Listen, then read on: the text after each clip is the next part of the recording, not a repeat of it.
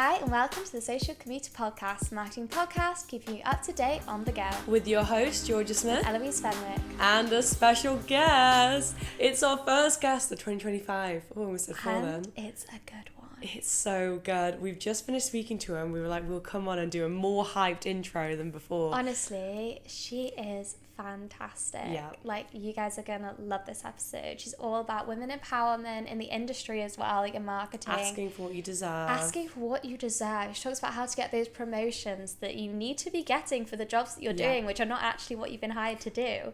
She is fantastic. So everything to do with Google Ads, which is a topic that we haven't talked about enough. Yes. So this whole episode is all PPC related and it is a good one. It's a great one. So let's go chat to Sophie.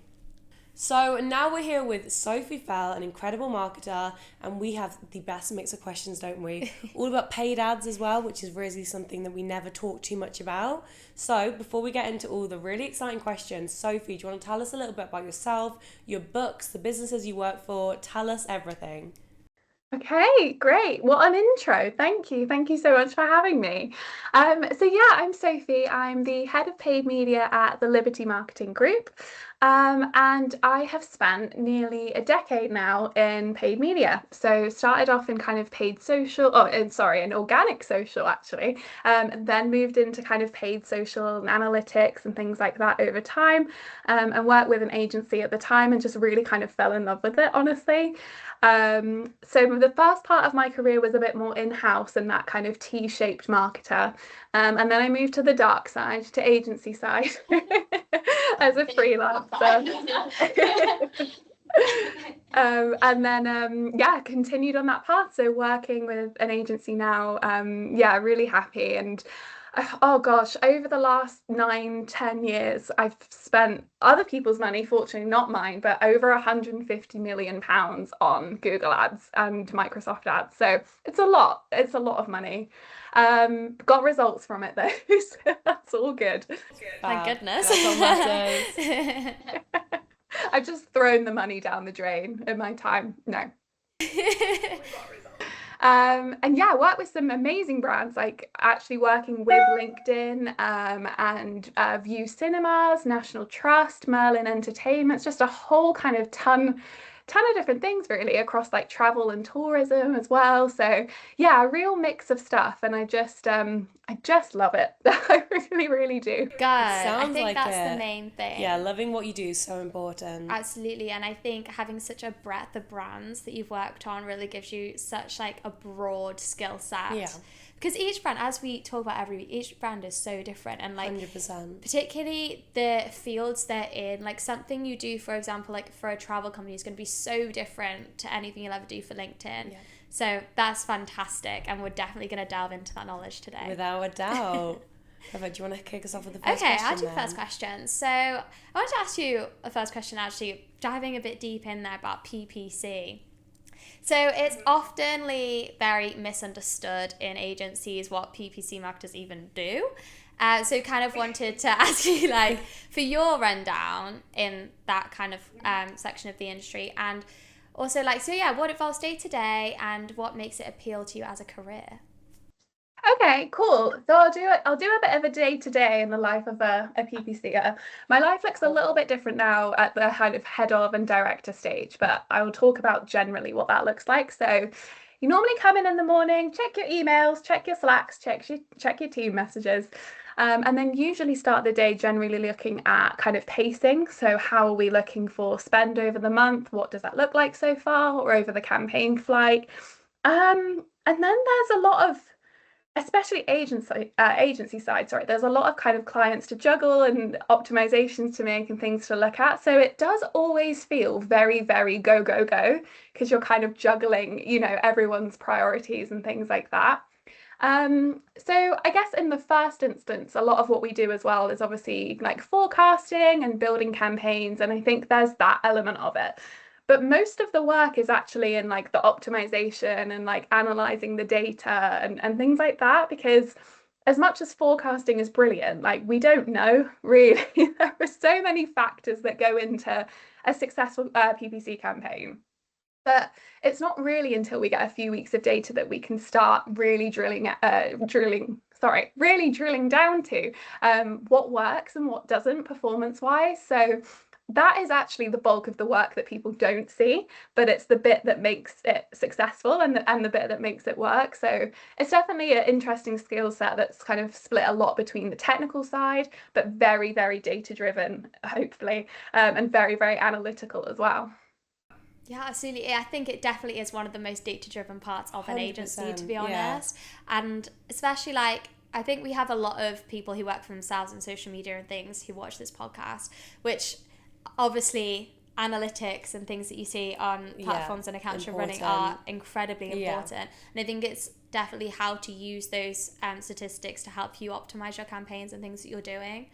Super important. So yeah, if you do want to read up any more on that, please do, because it's such an integral part of running successful campaigns is results. Let's be honest. You need to know them. Yeah. So we talked a little bit before you came on the podcast about, how you got into marketing. So what are your 3 tips to advance your career in marketing, but as a woman? I love this question. First of all, I love this question. Yeah, love it. I love this question.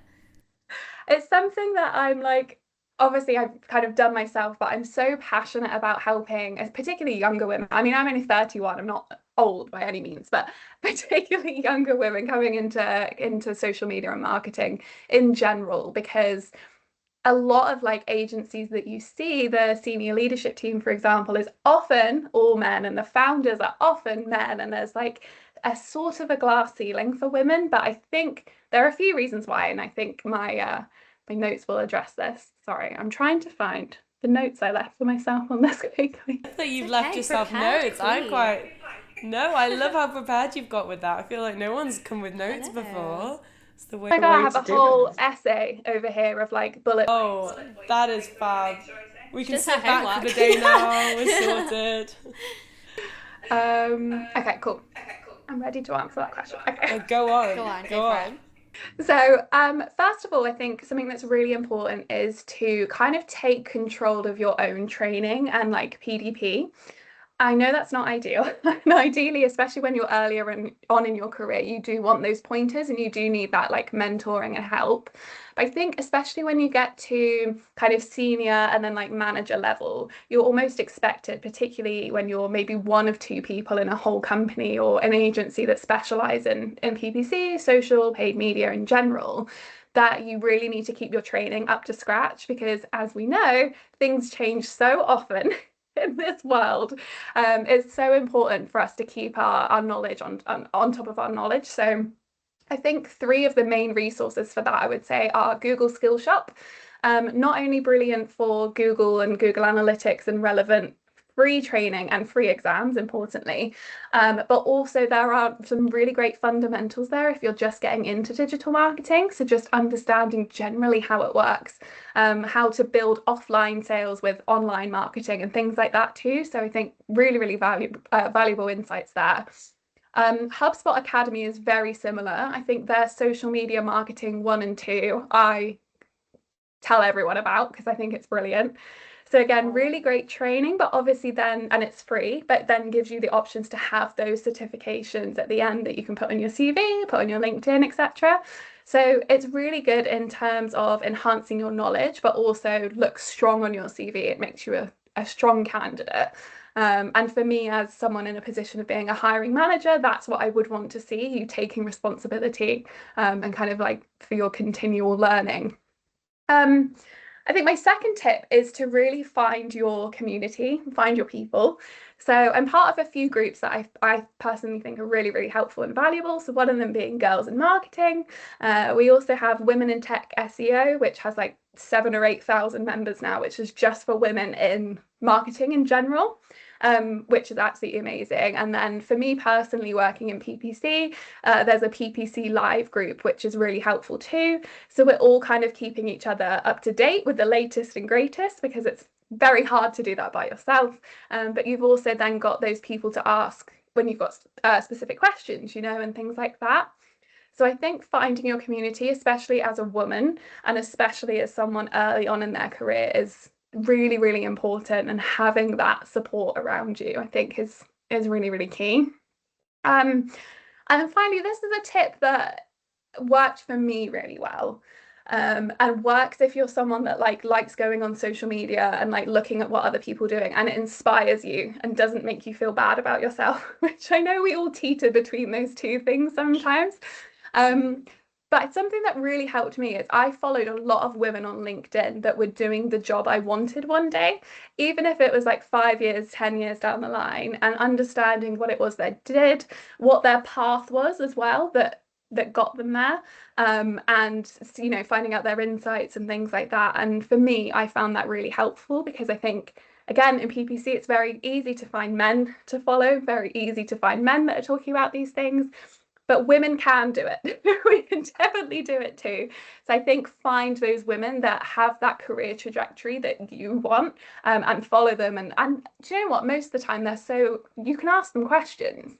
How did you get to this point? What does that look like for you? And normally they're more than happy to reply. So I think, yeah, don't be afraid to reach out and find those sources of inspiration too. I love that. I couldn't agree more. I couldn't agree I more think either. people on LinkedIn, especially the ladies on LinkedIn, they are really helpful. Like you said, if you reach out to people, most of the time you will get an answer. That's the one thing I noticed. Reaching out to people on that and the groups, so like Girls in Marketing, there's Pretty Little Marketers. I would just message people on it and be like, hi, how do I get the job you had? Do you have any work experience? And most of the time people did come back and they did give some guidance. I mean, I think it's fab advice. I fully agree. Yeah. Fully agree. Honestly, I'm kind of mind blown at how well you've Oh, articulated yes. what we And kind you've of... prepped so well. That's what Yeah. we're mind blown by. It's fantastic. It Absolutely is. fantastic. I think finding the right group for you as well is really Yeah. important. We're on the hunt for that at the moment. Yes, Keep yes. saying that. I think because obviously we know the power of networking. Like we've Yeah. both grown our own businesses, and now I've got an agency side as well. Yeah. That like networks make or break Essential. sometimes, Yeah. and that is what's so important. Finding your little network. Finding your network. Yeah. So my next question is kind of similar. Okay. So how can women gain the soft skills they need to advance their career, which I feel like you've kind of touched on, and most importantly, get what they deserve? Oh, I like that. Get what they deserve. So I love this question. I love all these questions, to be fair, but I love this question. And I could go on a massive tangent, which is why I've written notes to make sure I don't. I love it. I love it. So, the main thing, so this has come from my own career experience, seeing other women around me and also mentoring women that are earlier on in their digital marketing careers over the last few years. So this comes up time and time again, and it shouldn't be frustrating. The situation is frustrating, that it's often a lack of confidence that stops us. I think a lack of confidence in our skills and being in a room with, again, typically men that speak over us, speak for us, etc. I'm 10 years in and ahead of paid media, and people still talk for me. I still have men talking for me about what's best, what strategy I should do, what's going on. So I think it's so important to build that confidence and that strength in yourself that you know what you're talking about. So I think like if you're early on an agency side, I think some of the things I would say is, practice internally, practice with your kind of client services teams. If you're an account manager and that's something you're doing yourself, practice with another team member where possible. And also give yourself grace too. Like, I think sometimes we as women in general get so hung up on like not wanting to make a mistake or say the wrong thing.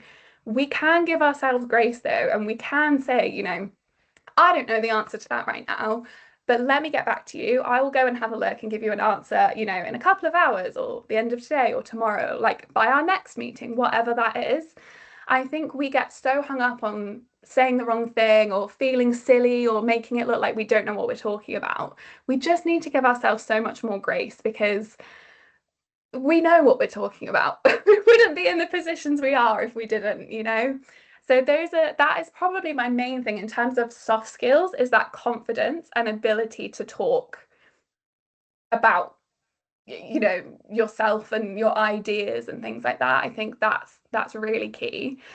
And then in terms of getting what we deserve, again, confidence comes into it, but I'm going to go back to kind of that data-driven piece as well that I always end up talking about.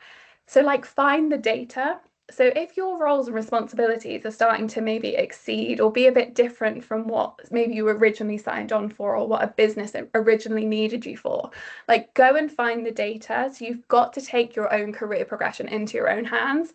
I have had to make so many decks. I haven't had to. I have made so many decks over the years where I've been like, this is what you hired me for. This is what I do. The market rate for this job is this. Here are all the ways that I've done a great job, and just have a little notebook, of like, this client said this or this happened, etc. These are the results I got. And that has always really, really helped me even just open up that conversation. Because it is very like, again, if you don't ask, you don't get, so you've just got to really take control of it and put yourself out there. And I credit a lot of my career progression to that, because I think if I'd have waited for other people to promote me, it might not have happened as fast. So those are my kind of two key things that I would say. I love that so That's much. incredibly inspiring. To ask for what you deserve. We always say that. Absolutely.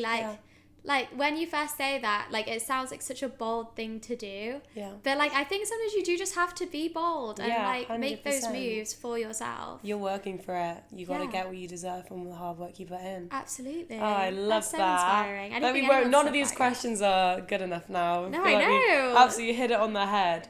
So talk to us about paid media. You are quite an expert in all things Google ads, paid ads. So what are the 3 tips you would give us to run a successful paid ad campaign? Cool. So I think the first step is, I'm going to talk about Google particularly here.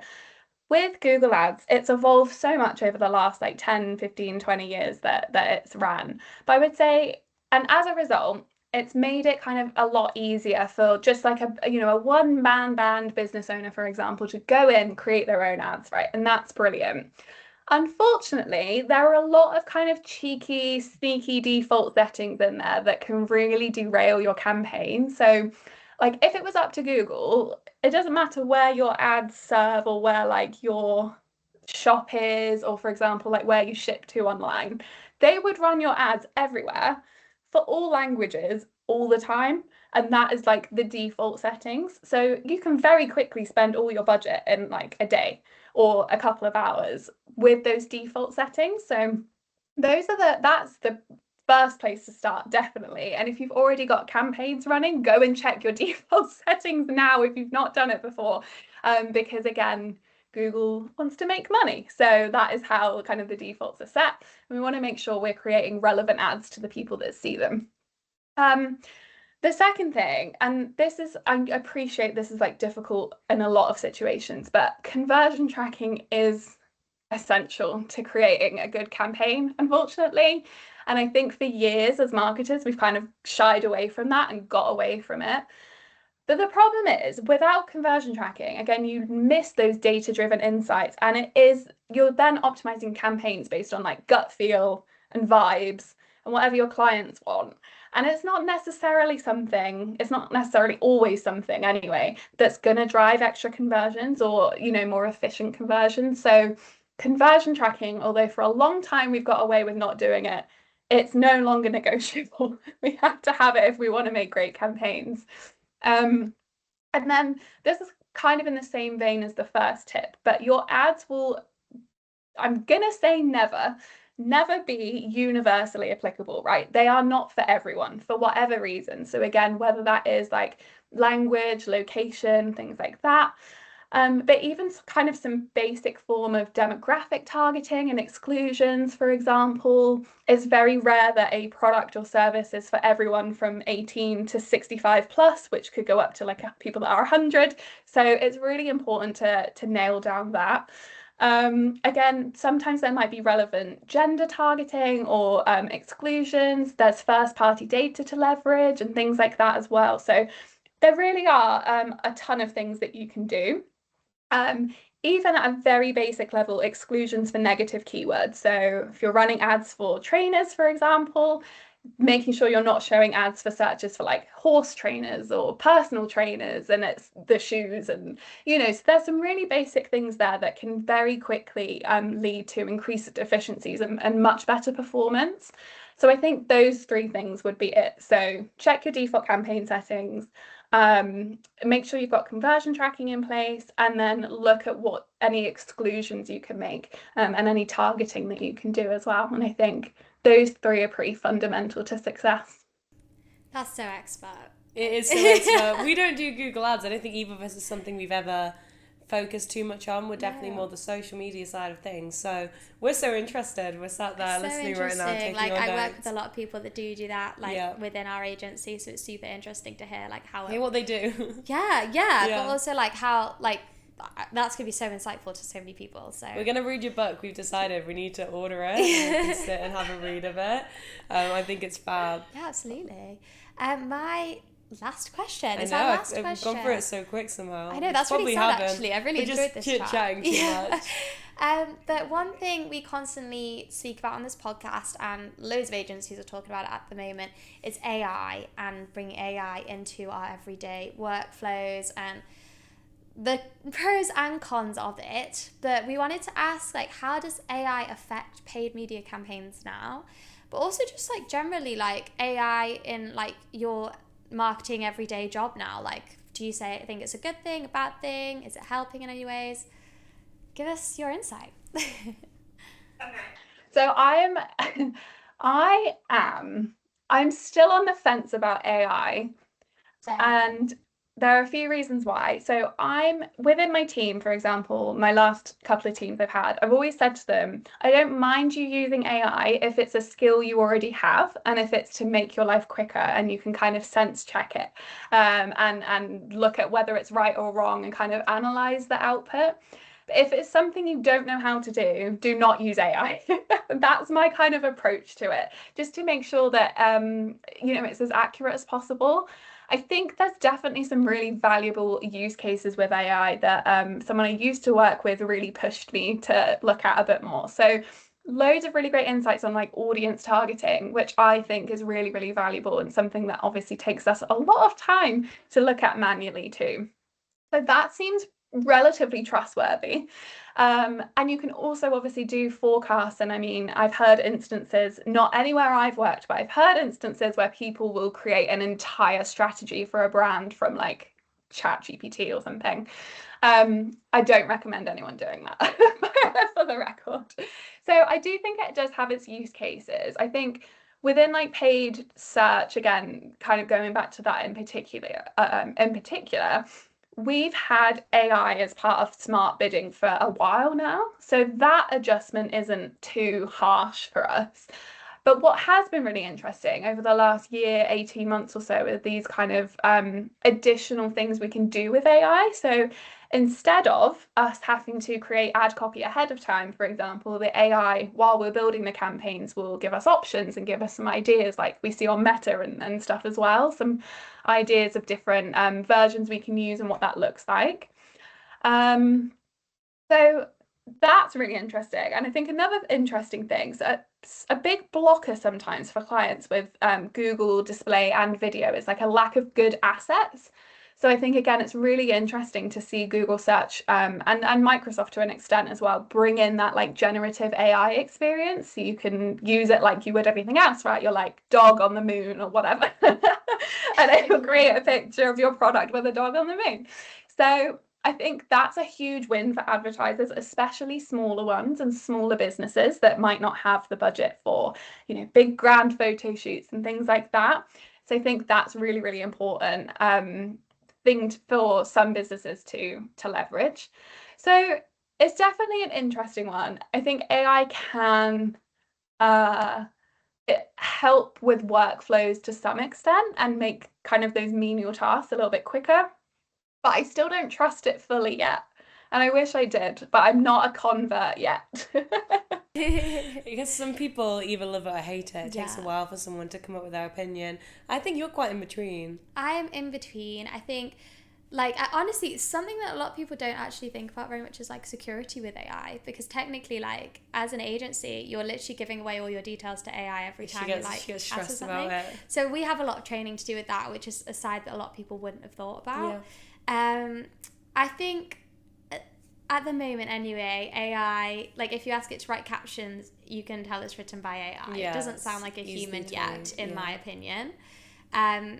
So yeah, I'm yet to convert. I am 100% love AI. You love AI. All my clients love it, and all the big businesses and agencies I work with love it. So I feel like I had to get on board, and now I am. Yeah. I converted. Sorry, guys.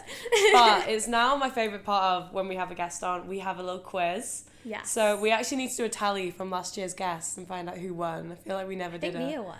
I feel like Nia did win. Our first ever guest won. 9, I think. So 30 seconds. I will set a time on my phone. And basically, any trends you've seen, any updates, it was initially just trends, and now it's become a bit of everything. Because as I'm sure you know, every week we report on all the latest platform updates and trends of the week. So we always love to quiz our guests on how well they've been keeping up. So I'm sure, social media is all over the news at the minute. I'm sure you'll at least have a couple to kick us off with. So, are we ready? 30 seconds. Let's go. Time starts now.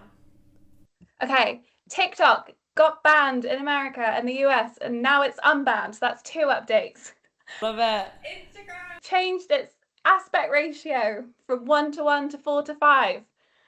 It's made some people's grids look really weird. I'm trying to think what else has happened. Oh, you can see when people like reels now on Meta/Instagram.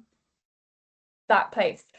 Oh my god. 2 seconds. Everything's falling out my brain. Well, the time is up, but I actually think that's a good one. That was fab, to be fair. That was fab. We've had people that have only had one before, yes. So I feel like you've done well. I think that's a good start. Honestly, a really good time to answer that question. Yeah, I think it's great. I think so, and honestly, on the 4:5 aspect ratio. Oh yeah. And they've also changed the name to be at the top of a profile now. So it just mixed up everything. It's great. Yeah, and it's like a different character length. So if you've got like one character longer, it just looks really odd. Oh, thankfully, I don't think any of my clients have that. If you do have clients, by the way, the names change. If you haven't noticed, please go through and look through them, because sometimes they can look really odd. That's why you need to listen to the Social Commuter podcast to keep up to date. Only if we could have told you this months ago. No, I do agree. It has made some grids look weird. Do you think that? Oh yeah. Yeah. I know, we weren't prepared for this. I say Niall Horan from One Direction, obviously, but his is a mess now. He had lots of very beautiful 9x9 grids, and now his face is all squished and merged, and it all looks weird. So if you are in charge of a brand that runs their Instagram like that, it's going to be ruined. It was so funny. Have you not seen it? It was all over TikTok. What, Niall Horan? Yeah, no. And it was a picture of him, and now he's all scuriff and all over the place. No, but I need to look at this. An ear over here. Oh, it is quite funny. But thank you so much for coming on the podcast. If everyone wants to follow you, do you want to say where they can follow you, find out more about you? You've got a whole website about yourself. We had a great nose at that.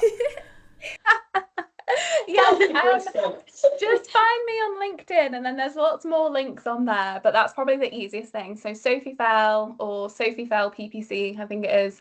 Go find me over there. Perfect. Well, thank you so much for coming on the podcast. We've honestly loved talking to you. It's been fantastic. Thank you. Yes, definitely. So perfect. Thank you. How amazing is Sophie? She's incredible. She's one of my new favourite people ever. Talking about getting what you deserve. I just think that's what you need to do. That's the energy we needed to start 2025. It honestly is. I feel like we've had a long day, and she's just come in and re-energised us for the night. Absolutely. I feel so motivated. Yeah. We're going to go sit and do some Google ads now for ourselves. We are, honestly. We're advertising ourselves. Let us know below the main thing that you learned from this episode, or how you feel after watching it, if you feel super inspired like us, because I think this is just what we need. Easily. New year, new marketing campaign. Look at the hands are out. Oh, I love that. But we have the best lineup of guests coming up this year. We are almost fully guest booked, aren't we? Yeah. It's exciting stuff. We do have a couple places left. Yeah. If you are watching and you think you'd actually quite like to come on, we have a form. If you go on our LinkedIn, there's a little link, click it and fill it in, and we'll get straight back to you. But honestly, we are so excited about our lineup of guests this year. Stay tuned for one guest a month we have on at the moment, which is really great and it's worth it. So thank you all for watching this week's episode. We'll be back with you next week for a sadly non-Sophie filled episode, but we will see you then. Bye.